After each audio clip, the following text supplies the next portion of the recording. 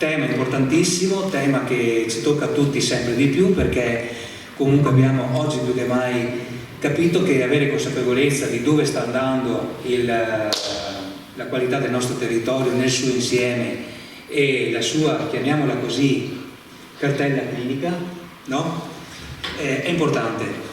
È importante oggi più che mai. Voi sapete che ormai sono 2 anni che siamo titolari di un importante SIC marino che è di 200, me lo scrivevo prima, di 225 km quadrati, quindi un'area protetta davanti al nostro mare. Buongiorno a Moreno Gasparini, Presidente del Parco del Delta del Po. Buongiorno a voi. Presidente, oggi qui parliamo di salute del mare.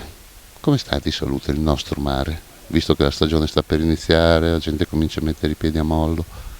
Bene, ma il mare sta bene, nel senso che il nostro habitat, oggi abbiamo e andremo ad ascoltare importanti risultati su quello che è stato il lavoro dell'Università di Padova, insieme in collaborazione con Greenpeace e con il Parco Delta del Po, perché ci tiene in quanto è titolare del SIC marino Alto Adriatico, e quindi stiamo parlando di 225 km quadrati che interessano, che sono un po' l'habitat, la casa del torsiope, del delfino e della tartaruga caretta caretta.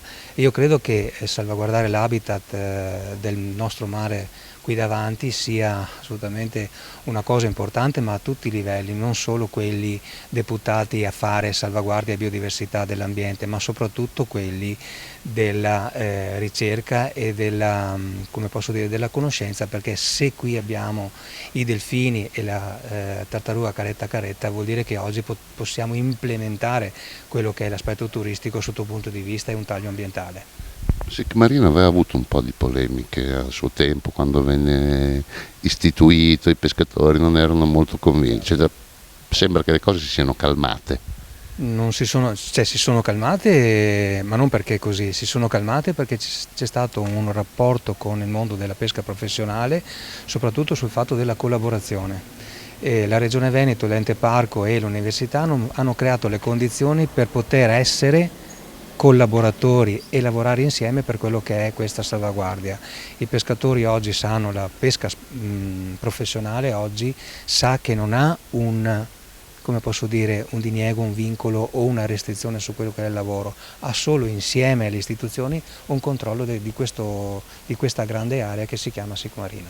Benissimo, quindi un grande lavoro fatto insieme, che ringrazio il mondo della pesca.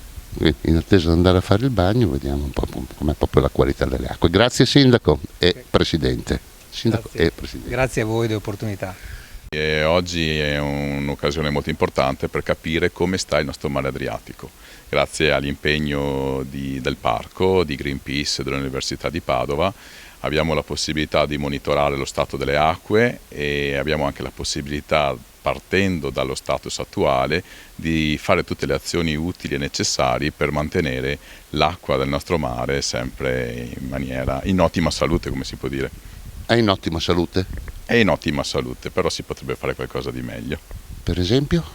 Beh, intanto serve rispetto, soprattutto noi siamo alla foce dei 2 fiumi importantissimi, perciò ci servirebbe anche un impegno da parte delle città che stanno un po' alla sorgente di non riversare in maniera sbagliata sia su Po e Adige, perché alla fine noi siamo quelli che raccolgono tutto ciò che parte dalle grandi città, dai grandi insediamenti produttivi, e di conseguenza l'ambiente fragile che abbiamo ha bisogno, insomma, anche di un corrispetto da parte di chi ci sta sopra di noi. Una storia annosa questa. Una storia annosa, una storia che si ripete nel corso degli anni, perché sicuramente le nuove tecnologie, la depurazione anche più avanzata permette questo, e il miglioramento dello stato di salute si è visto concretamente anche negli ultimi 10 anni, però ripeto, possiamo fare molto di più.